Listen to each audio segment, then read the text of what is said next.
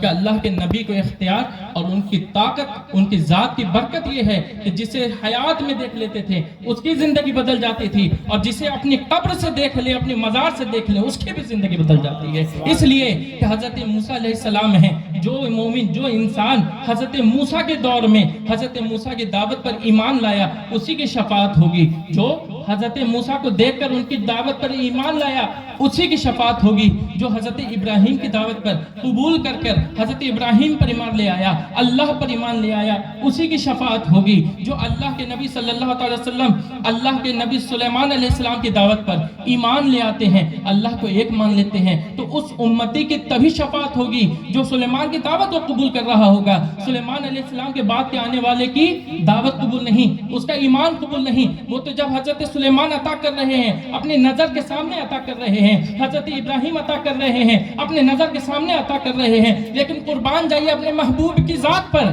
کہ جو نبی، تمام نبیوں کو یہ طاقت ہے کہ تم اپنے نظر کے سامنے دیکھو گے تو وہ ایمان لا کر شفاعت ہوگی، اس کو مومن مسلمان کہیں گے۔ لیکن یا رسول اللہ، محمد مصطفیٰ صلی اللہ علیہ وسلم کو اللہ نے یہ طاقت دی ہے کہ جس نبی کو چاہے سلیمان ہو دیکھے گا دعوت لائے گا تو شفاعت ہوگی، ابراہیم دیکھے گا دعوت لائے ایمان لائے گا تو شفاعت ہوگی، سلیمان دیکھے گا ایمان لائے گا تو شفاعت ہوگی۔ لیکن یا رسول اللہ، میرے محبوب، میرے پیارے، تمہاری ذات کو یہ فضل اللہ نے عطا کیا ہے کہ جو تمہیں اپنی حیات میں دیکھے گا اللہ اس کی بھی شفاعت کر لے گا، اور محبوب جو تمہاری قبر کی زیارت کر لے گا اللہ اس کی بھی شفاعت کر دے گا۔ اس لیے کہ اللہ کے نبی نے فرمایا جو میرے قبر کی زیارت کر لے اس کے لیے میری شفاعت واجب ہے۔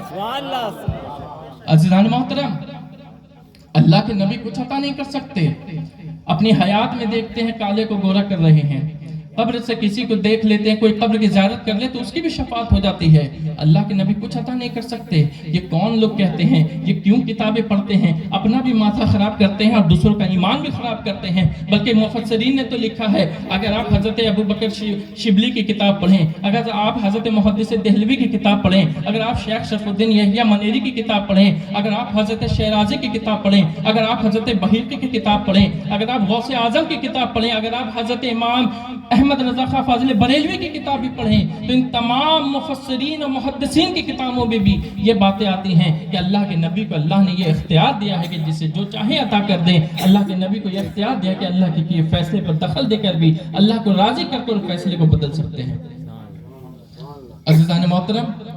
ہم تمام امت ہیں، ہم تمام اللہ کے محبوب محمد مصطفیٰ صلی اللہ علیہ وسلم کی امت ہیں۔ ہماری اس محبوب سے نسبت ہے، ایک تعلق ہے، ایک رشتہ ہے، ایک جڑاؤ ہے، اور اسی طرح کائنات کی جتنی چیزیں، جتنی شے ہے، اس سب کا جڑاؤ آقا نامدار مدینے کے تاجدار سے ہے۔ کنکڑیوں کی محبت آقا نامدار کے لیے، پانی کی محبت بھی آقا نامدار کے لیے، درخت کے پتوں کی بھی محبت آقا نامدار کے لیے، سوکھی لکڑی کے ٹکڑے کی بھی محبت آقا نامدار کے لیے۔ اور جب کوئی شخص اتنا محبوب ہوتا ہے، جب کوئی شخص اتنا عزیز ہوتا ہے، جب کوئی شخص اتنا دلچسپ ہوتا ہے، تو اس ذات سے جڑنے والا بھی مچل جاتا ہے، اور ذات سے الگ ہونے والا، بچھڑنے والا تڑپ جاتا ہے۔ اس لیے کہ آپ دیکھیں، جب ہم دیکھتے ہیں، آپ جب کتابیں پڑھتے ہیں تو ہمیں یہ نظر آتا ہے کہ کچھ اللہ کے نبی صلی اللہ علیہ وسلم کے پاس ابو جہل آیا اور محبوب سے کہا، یا رسول اللہ، آپ دعویٰ کرتے آپ اللہ کے نبی ہیں، آپ دعویٰ کرتے آپ اللہ کے رسول ہیں، آپ بتا دیں میری مٹھی میں کیا ہے، آپ یہ بتا دیں میری مٹھی میں کیا ہے۔ تو آقا نامدار مدینے کے تاجدار سرور دو جہاں نے فرمایا کہ میں بتا دوں تمہاری مٹھی میں کیا ہے یا خود وہ بتا دے جو تمہاری مٹھی میں ہے۔ لیکن اب ایک بات سنیں، ہر ایک شے جو ہے نا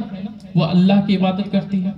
کنکڑی بھی اللہ کی حمد و ثنا کرتی ہے، پتے بھی اللہ کی حمد و ثنا کرتے ہیں، درخت کے ٹہنیاں بھی اللہ کی حمد و ثنا کرتی ہے، لیکن کیا ہمیں سنائی دیتا ہے؟ نہیں سنائی دیتا۔ کیا ہم سن پاتے ہیں؟ نہیں سن پاتے ہیں۔ تو جب اس دن ایسا کیا ہو گیا کہ جو اس مٹھی میں ابو جہل کے تھا وہ کلمہ پڑھ رہی ہے تو ابو جہل بھی سن رہا ہے، آقا نامدار بھی سن رہے ہیں، وہاں پہ تمام کھڑے لوگ بھی سن رہے ہیں۔ اس دن ایسا کیا ہو گیا کہ جو آج تک کوئی بھی کنکڑی کی آواز نہیں سن پا رہا تھا، اس دن تمام لوگ سننے لگ گئے کہ وہ کنکڑی بھی لا الہ الا اللہ پڑھ رہی ہے، وہ کنکڑی بھی محمد رسول اللہ پڑھ رہی ہے۔ اس دن ایسا کیا ہو گیا؟ اس دن ہوا کچھ بھی نہیں، بلکہ آقا نامدار کی ذات ذات پر اس کنکلیوں کا جب جڑا ہو گیا، اس کنکلی کا جب آقا نامدار کی ذات کے ساتھ نسبت ہو گیا، تو اب اس نسبت کے بنا پر اس کنکلی کا بولنا نہیں رہا بلکہ مچلنا ہو گیا۔ صرف پہلے بولتی تھی، کسی کو سنائی نہیں دیتا تھا، لیکن جب مچلنے لگ گئی تو سب سن رہے ہیں کہ کنکلی بھی لا الہ الا اللہ، کنکلی بھی لا الہ الا اللہ پڑھ رہی ہے۔ یہ تو جڑنے کا ہے، یہ تو تعلق کے بات ہے کہ جب مچل گیا، لیکن جب بچھڑتا ہے، کوئی محبوب کی ذات سے بچھڑ جائے تو بھی تڑپ ہوتا ہے، کسی کا والد انتقال کر جائے تو اس بچھڑنے سے کیا تڑپ ہوتا ہے، کسی کے محبوب مر جائے تو اس بچھڑنے کا تڑپ ہوتا ہے، کسی کا جگری دوست باہر چلا جائے تو بھی وہ تڑپتا ہے، لیکن یہ تو محبوب خدا کی ذات ہے۔ ہم تمام جانتے ہیں کہ ایک جگہ پر رسول اعظم صلی اللہ تعالی وسلم بیٹھے اور آرام کرنے کے لیے صحابی رسول نے ایک لکڑی کا ٹکڑا لا کر آقا نامدار مدینے کے تاجدار سرور دو جہاں کی پیٹھ کے پیچھے لگا دیا کہ آقا سہارا لے کر آرام سے بیٹھیں گے، لیکن جب آقا نامدار مدینے کے تاجدار سرور دو جہاں اس جگہ سے اٹھ کر اس سوکھے لکڑی کے ٹہنی کو چھوڑ کر اس جگہ